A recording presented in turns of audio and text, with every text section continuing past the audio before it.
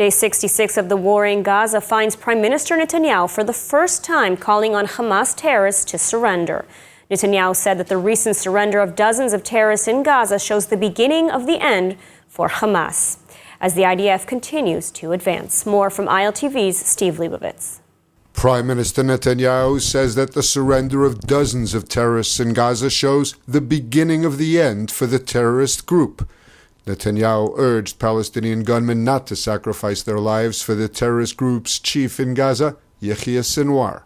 IDF chief says there are indeed signs that Hamas is collapsing, but despite the ongoing achievements in the ground operation in Gaza, the IDF is not yet close to the end of fighting.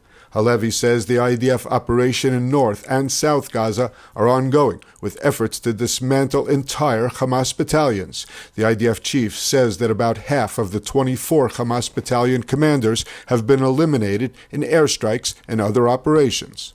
Defense Ministry estimates say that it will take another 3 to 4 weeks to complete the current stage of the ground operation.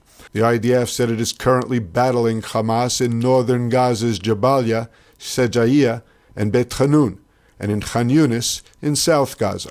The IDF says it's killed 7,000 Hamas members or allied terrorists as it seeks to destroy the terror group, free the hostages, and ensure that such an attack can never occur again. More than 22,000 targets in the Gaza Strip have been struck since the beginning of the war, 3,500 of them since the end of the pause in fighting. They deny the kidnapping of our children, the murder of our grandchildren, the rape of our daughters. The new Nazis we face today will stop at nothing to destroy civilization as we know it. The World Jewish Congress was created exactly for these times like this, so every Jew can fall asleep at night knowing they are safe in their own home. We are a voice for the Jewish people everywhere. We are the World Jewish Congress. And joining us now with more on the war with Gaza from Kibbutz Nir Oz is former Interior Minister Ayelet Shaked. Thank you for joining us today. Thank you. Hi. So you're speaking to us now from Nir Oz, one of the kibbutzim in the south of Israel, one of the sites of the October 7th massacre. Standing there now amid the ruins, what message do you have for the world? First of all, that the evil and the atrocities that the Hamas did here to Nir Oz and to the other villages in the area, it is not just against the Jewish people. It's against the Western world. And now it's Israel, but tomorrow it can be the US or the UK. And I think that the whole international community should stand with Israel. And in Kibbutz Nir Oz, they slaughtered, they murdered, they kidnapped 25% from the kibbutz. Children, women, elderly, they didn't care. I just came from the house of the foreign workers from Thailand. They just murdered them all in their room. They didn't care, they just want blood. And what I want to say to the world, it's not just the problem of Israel. The whole world should be unified in order to eliminate the Hamas. Absolutely. And now the IDF is operating in the north and in south of Gaza. Are we close to the goal of eliminating Hamas in Gaza? And can Hamas, an ISIS-like ideology of sorts, even be eliminated? Yes, we saw that the Nazism was eliminated. The Hamas is just like the Nazism, it's just like ISIS. If we will have enough time, we will eliminate them. You see, actually we don't have a choice. It is either us or them. After what they did, we can't live next to them anymore. So yes, we just need more time and we will win. The IDF soldiers, they are heroes. They're fighting here just next to us and they're really trying to hurt and to kill those terrorists. And I think definitely that we are going to win. It will take a few more weeks, but we will win. And now you've made some controversial comments recently about the war and the need to relocate civilians from Gaza to other countries. You know, this caused quite a stir internationally and has been used by Israel haters to claim ethnic cleansing and such. You know, can you maybe elaborate on these comments? And, you know, what do you envision for Gaza the day after the war? Of course, the interpretation was a totally lie. What I said, that there are many people in Gaza that want to immigrate. Many civilians that just want to immigrate if someone will give them the ability. So yes, I think that the Western world and some of the liberal countries and also Arab countries, they need to help them. Just, you know, if people want to immigrate, I think the world should help them. Of course, it's not by force, it's only if they want to, but there are enough people who really want to do it. In the last 10 years, almost 500,000 from Gaza population immigrate. So if people want to live, so I think the international community should help them. Now, yes. Regarding regarding the day after, you know, I think, of course, the PA is not a solution. The PA educate to hate, educate to anti-Semitism.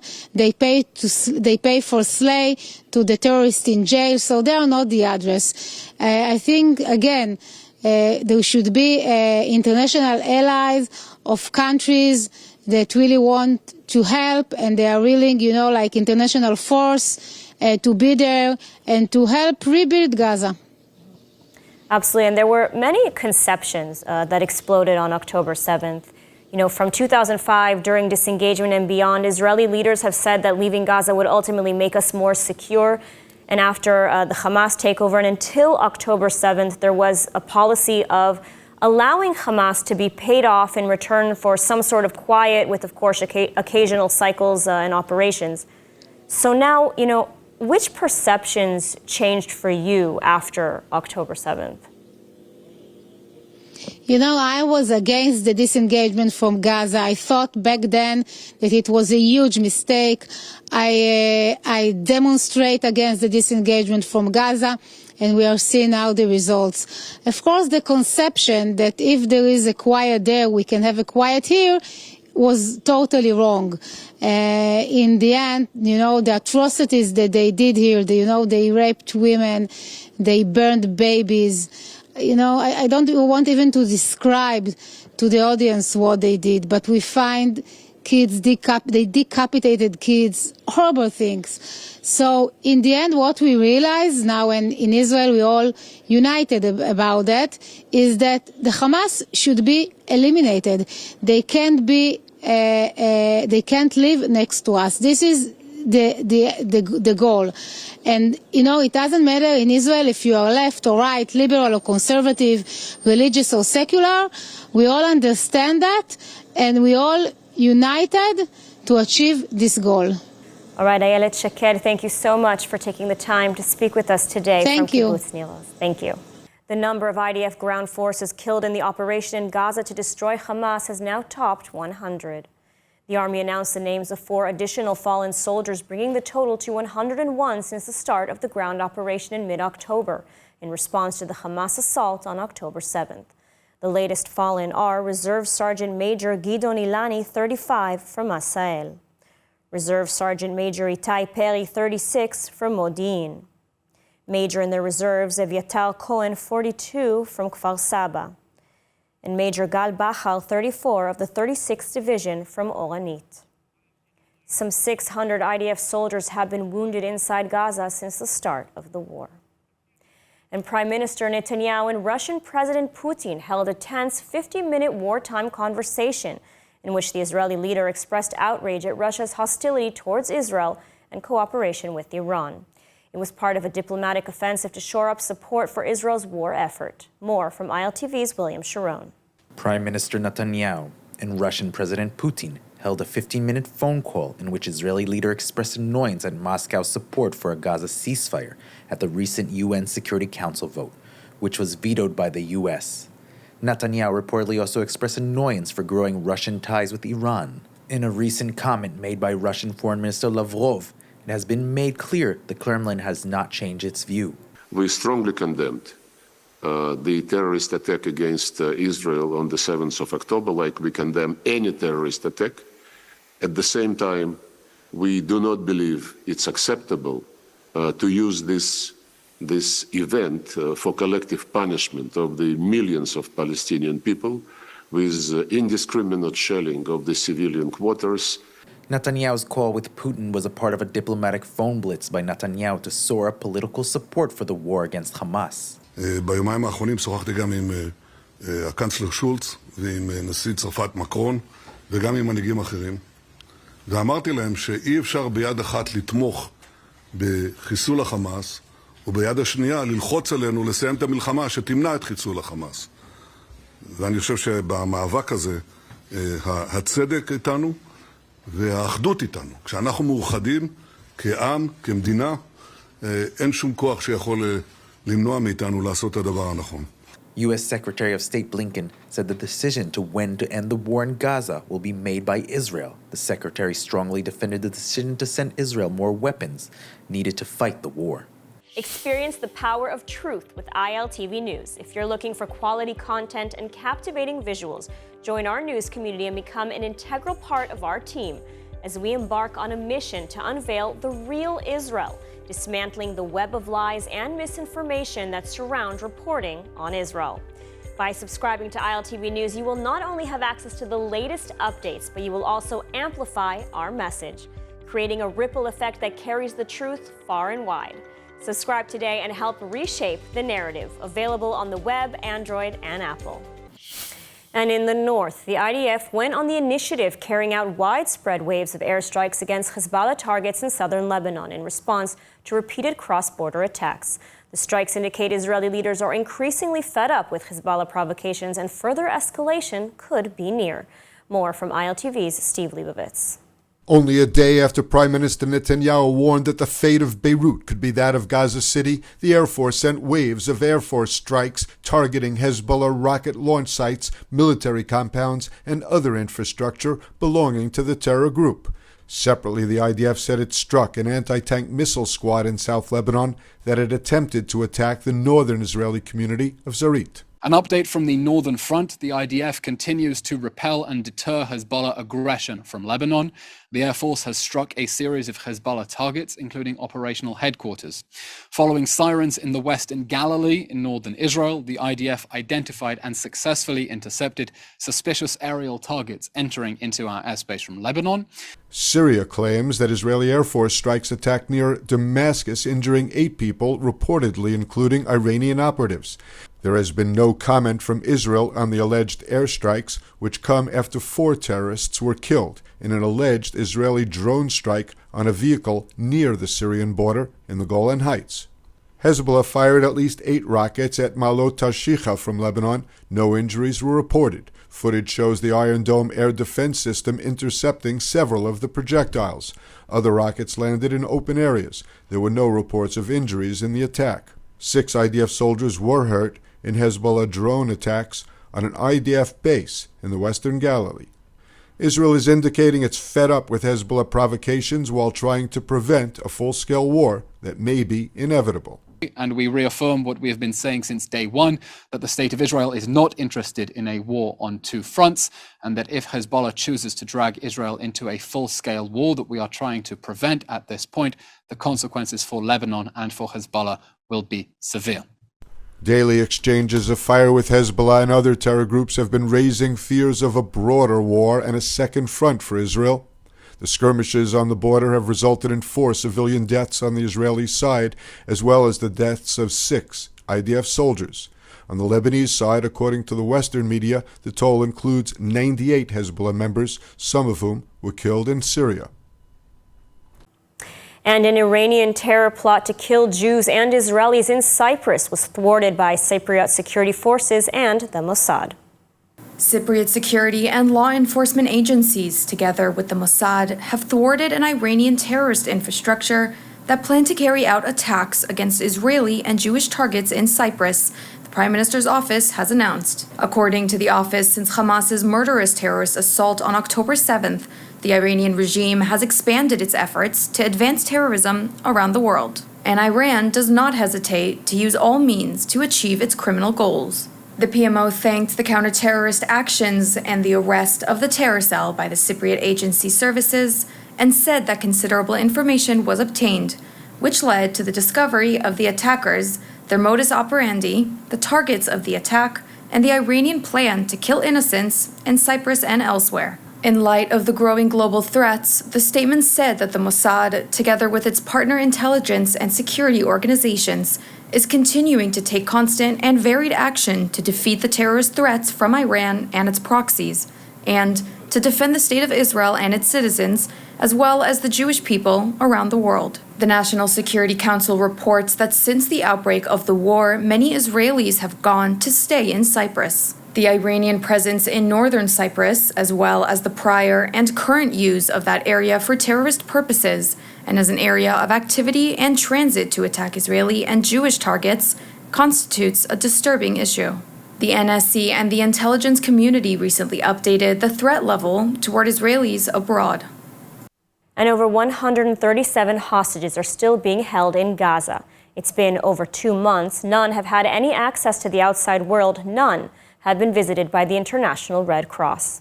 Criticism against the organization is mounting here in Israel and around the world. And for 9 consecutive weeks now, protesters have gathered outside the Red Cross offices in Washington, D.C. to call to bring the hostages home.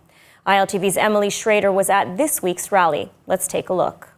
I am here in Washington, D.C., directly in front of the American Red Cross, where a rally is taking place to call for the immediate release of all the hostages. Now, this same rally in front of the Red Cross has taken place every single week since October 7th, organized by members of the Jewish community as well as the local Israeli community. We caught up with some of them here at the protest to understand what their demands are from the American Red Cross. Now, in recent weeks, the American Red Cross has received heavy criticism due to their refusal and or inability to meet with Israeli hostages who are being held in the Gaza Strip still. They have not been able to transfer any medications. In fact, in one case, a family of one of the hostages was told to think about the Palestinians when they asked for assistance getting important medication to the hostages. As a result of the differentiation between hostages in other situations, both historically and through today, and the Red Cross's treatment of Israeli hostages, the criticism is only mounting with every week. Every day that 138 of our brothers and sisters are still held in captivity. Why? They're not even military prisoners. They're being held because they're Jews or because they are associated with Jews in Israel. That is their crime. That is the reason why savages have stooped beyond the lowest level in humanity and acted in such a barbaric fashion. Okay, so we are here in front of the Red Cross, and here with me is Vered Gutman, who is one of the organizers of this weekly protest. Now, Vered, I want to hear from you. Why are you guys here? Why are you here gathering every single week? This is the 9th week, actually, that we are gathering, and we usually have about 200 people every single week. And our message is very simple: bring the hostages back home. We're trying to keep out of any politics. We're trying to keep it simple and to bring as many people and to keep the issue of the hostages, which is an urgent issue, to keep it in the public eye. So we had Congressman Jamie Raskin speaking here before. We had other politicians, rabbis of all denominations, singers, and many families of the hostages spoke here before. Has there been any response from the Red Cross yet? So the Red Cross issue is a little more complicated. We were actually trying not to criticize them for the first few weeks, and as you heard today, there's more and more criticism within the the family forum and within our community and our speakers today. No, we did not hear from them yet. We're actually planning a meeting this Friday with someone from the Red Cross to hear more. I know that the forum is meeting with them too. I mean, it's not only us, but we're trying to do what we can from here. Bring them home now. Bring them home now. Bring them home now. Bring them home now. And now for some positivity. In yet another shower of Israeli resilience, Tel Aviv's historic Sarona Market, together with Meirav Sarig, hosted the First Light Festival, a beacon of hope as small businesses and artisans united to spread light and solidarity in the face of darkness. In the face of ongoing turmoil and hardship from the war, the historic Sarona Market in Tel Aviv, together with Meirav Sarig, hosted a hope-filled Festival of Light on December 7th to 8th. Their goal was to spread a message of hope, solidarity and light during the holiday season. Jewish National Fund USA's Western Galilee Now Small Business Consortium eagerly participated in this inspiring event. The First Light Festival at the open-air Sarona Market brought together small business owners and artisans from across Israel, spotlighting those whose livelihoods have suffered greatly due to rocket attacks and other impacts of regional violence. This uplifting event showcased beloved artisan confectioners and family-owned wineries from across Israel, many of whom have faced great hardship and disruption to their livelihoods due to the ongoing war. I'm a member of Western Galilee Now. This association actually helps all the business in the Galil, and now we are located here by the Western Galilee Now, which is supported by the JNF, and actually we have a chocolate business. We have about 15 employees. We are really we have tough time there because of the war, because we don't have that work that we usually have, and now we work mainly in in markets like these opportunities. Attendees were able to browse goods from partners spotlighting Western Galilee small businesses like the beloved Tupelo gluten-free bakery, the renowned La Chocolita praline factory, the famed Malaby House dessert shop, and award-winning boutique wineries like Lotem, Kishore, and Julia. Though their daily routines and operations may be disrupted by the ongoing threats of violence, these resilient small business owners and artisans persevere and inspire hope for a brighter future, thanks to the solidarity and outpouring of support from community partners and customers around Israel. So the local community support came actually by also by the citizens in the village who actually want to support the businesses, but they can't also spend a lot of money for that, and also by another places from the country which makes markets like that to support the businesses. By coming together in the spirit of compassion and cooperation to support one another during this crisis, the participating businesses and organisers of the festival aim to spread more than just commerce and awareness for small culinary artisans of the region. They sought to kindle a flame of hope, joy and light during the season of darkness for many impacted by the conflict. The delicious array of artisan foods and wine showcase was merely a delicious bonus. I feel that this event can bring people together again. People, friends and families can come here together and enjoy and to get a little comfort in these days. Especially in this time, in the time of war, we have to be together. So I came from Akko to here to support each other here.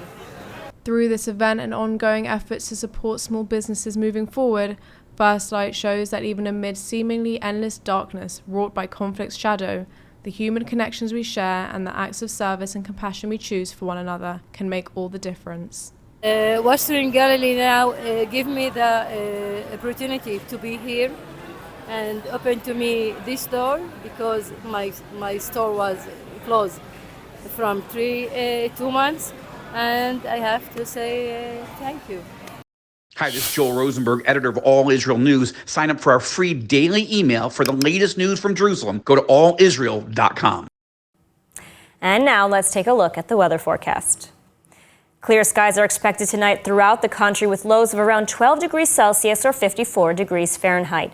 Then tomorrow, mostly cloudy skies and scattered showers in the north, alongside steady temperatures reaching highs of 20 degrees Celsius or 68 degrees Fahrenheit. And that's all for today's news. For more updates from Israel on all your devices, check out our ILTV channel, subscribe to our ILTV newsletter, and don't forget to check out our new and improved website, ILTV.tv, with all the latest news from the heart of the State of Israel. I'm Ladar Grave-Lazi. Be well, stay safe, and thank you so much for watching.